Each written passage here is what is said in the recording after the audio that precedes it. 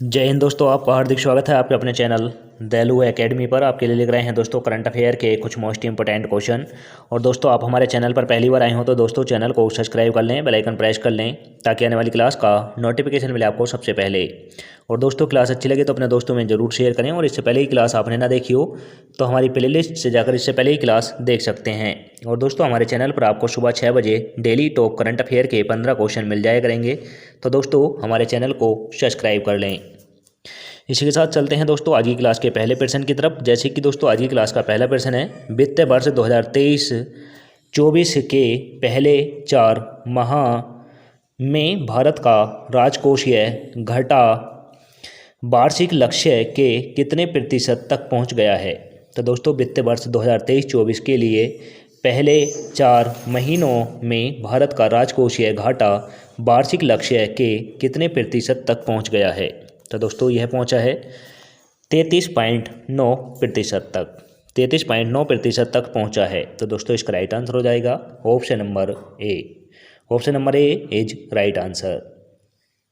अब चलते हैं दोस्तों अगले प्रश्न की तरफ। जैसे कि दोस्तों अगला प्रश्न है, रेलवे बोर्ड के अध्यक्ष नियुक्त होने वाली पहली महिला कौन बनी है। तो दोस्तों रेलवे बोर्ड की पहली महिला अध्यक्ष कौन बनी है।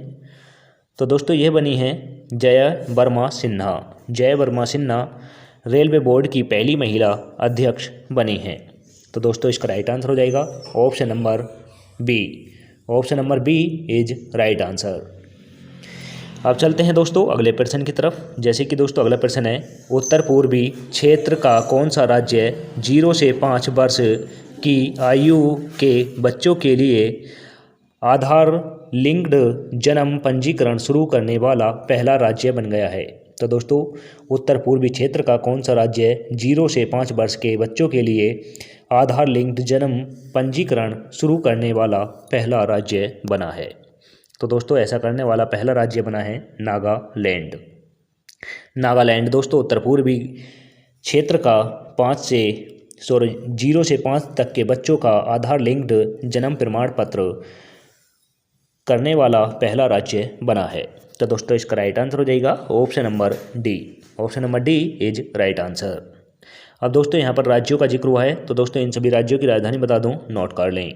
असम की दिसपुर है, मेघालय की शिलोंग है, मणिपुर की इम्फाल है, नागालैंड की दोस्तों कोहिमा है।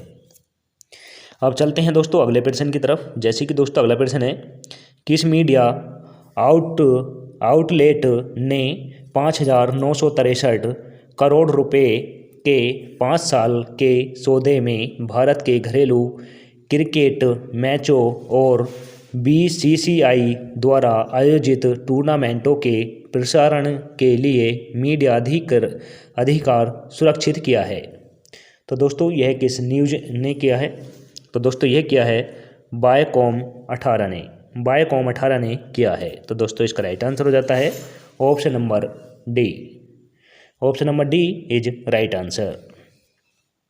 अब चलते हैं अगले प्रश्न की तरफ। जैसे कि दोस्तों अगला प्रश्न है, 2023-24 की अप्रैल जून तिमाही में भारत की जीडीपी विकास दर क्या है। तो दोस्तों 2023-24 के अप्रैल जून तिमाही में भारत की जीडीपी दर क्या है। तो दोस्तों इसमें भारत की जीडीपी दर है 7.8%। 7.8% है। तो दोस्तों इसका राइट आंसर हो जाता है option number B. Option number B is right answer. अब चलते हैं दोस्तों अगले प्रश्न की तरफ। जैसे कि दोस्तों अगला प्रश्न है, ग्रामीण भारत में कैंसर देखभाल में सुधार के लिए अपने काम के लिए भारत में 2023 रेमन मैगसेंस पुरस्कार विजेता कौन है। तो दोस्तों ग्रामीण भारत में कैंसर देखभाल के लिए रेमन मैगसेंस पुरस्कार दिया गया है। और दोस्तों इस 2023 के रेमन मैगसेंस पुरस्कार के विजेता कौन है। तो दोस्तों ये हैं रवि कन्नय्यर। डॉक्टर रवि कन्नय्यर हैं। तो दोस्तों इसका राइट आंसर हो जाएगा option number C. Option number C is right answer. अब चलते हैं दोस्तों अगले प्रश्न की तरफ। जैसे कि दोस्तों अगला प्रश्न है, काकरापारा गुजरात में भारत के सबसे बड़े घरेलू स्तर पर निर्मित परमाणु ऊर्जा संयंत्र की क्षमता क्या है? तो दोस्तों काकरापारा गुजरात राज्य में स्थित है और इसकी परमाणु ऊर्जा संयंत्र क्षमता कितनी है?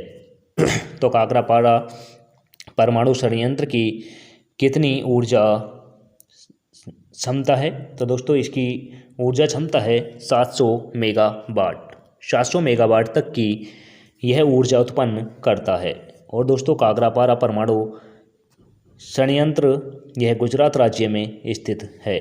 तो दोस्तों ये भी आप नोट कर लें। अब और दोस्तों इसका राइट आंसर हो जाता है option number B. Option number B is right answer. अब चलते हैं अगले प्रश्न की तरफ। जैसे कि दोस्तों अगला प्रश्न है, किस सार्वजनिक क्षेत्र में बैंक ने SSMI को GST चालान का उपयोग करने, तत्काल ऋण प्रदान करने में सक्षम बनाने के लिए एक मोबाइल ऐप लॉन्च किया है?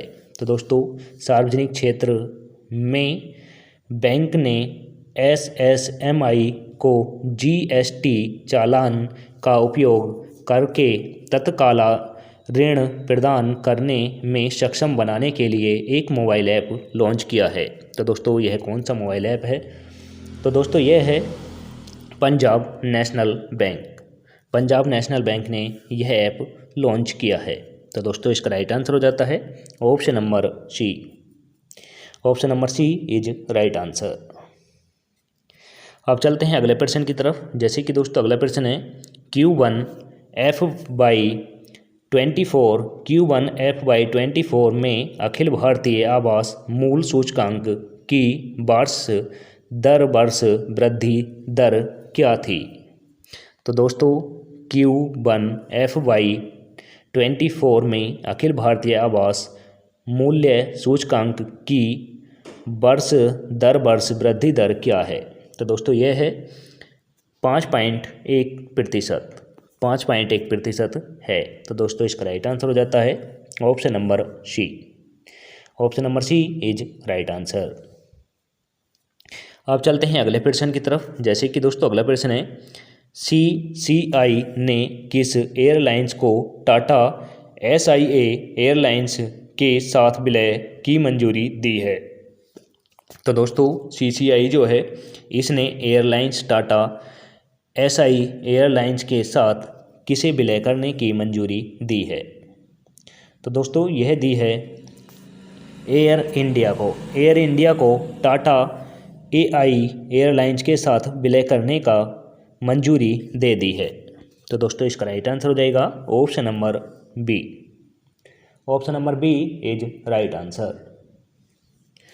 अब चलते हैं दोस्तों अगले प्रश्न की तरफ। जैसे कि दोस्तों अगला प्रश्न है, उद्योगपति आनंद महिंद्रा ने स्वराज ट्रक्स के ब्रांड एम्बेसडर के रूप में किसे नियुक्त किया है?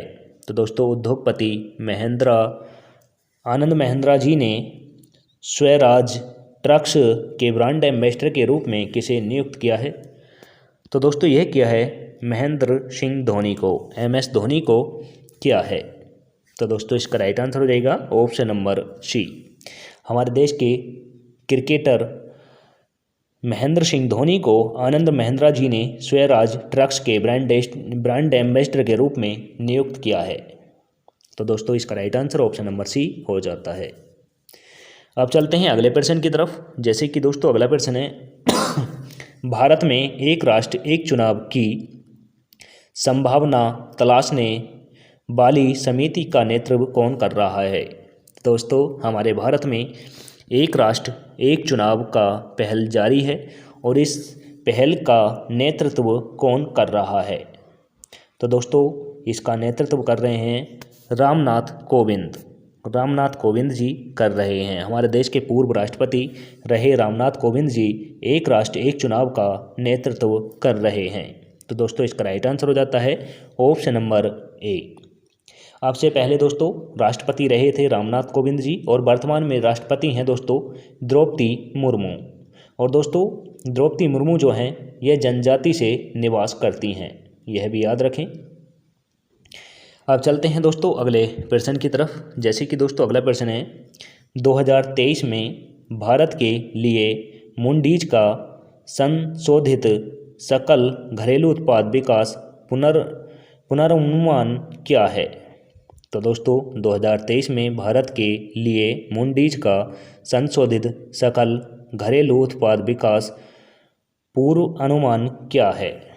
तो दोस्तों इसका पूर्व अनुमान है 6.7%। 6.7% है। तो दोस्तों इसका राइट आंसर हो जाएगा option number D. Option number D is right answer. अब चलते हैं दोस्तों अगले प्रश्न की तरफ। जैसे कि दोस्तों अगला प्रश्न है, विश्व नारियल दिवस प्रत्येक वर्ष किस तिथि को मनाया जाता है?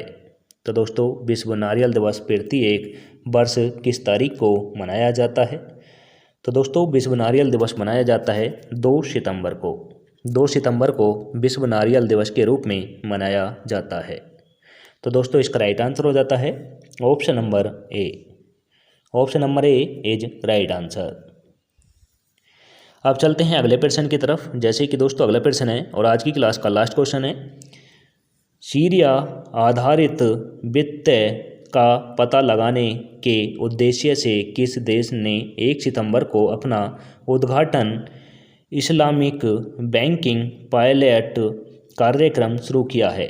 तो दोस्तों 1 सितंबर को इस्लामिक बैंकिंग पायलट का उद्घाटन किया गया है और दोस्तों यह किस देश के द्वारा शुरू किया गया है?